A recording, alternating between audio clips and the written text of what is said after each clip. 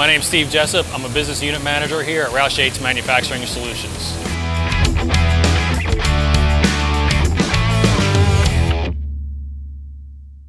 As a business unit manager here at Roush Yates Manufacturing Solutions, our daily responsibilities include interacting with the customer and really representing the customer here on the production floor to make sure that their product is progressing as planned and that we deliver the product to them on time.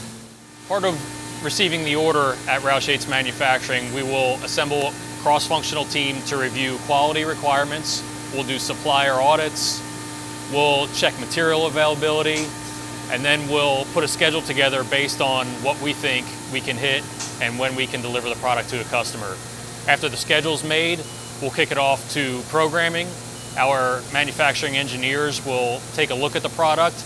They'll determine the best way to manufacture the product in any one of our machining centers that we have here.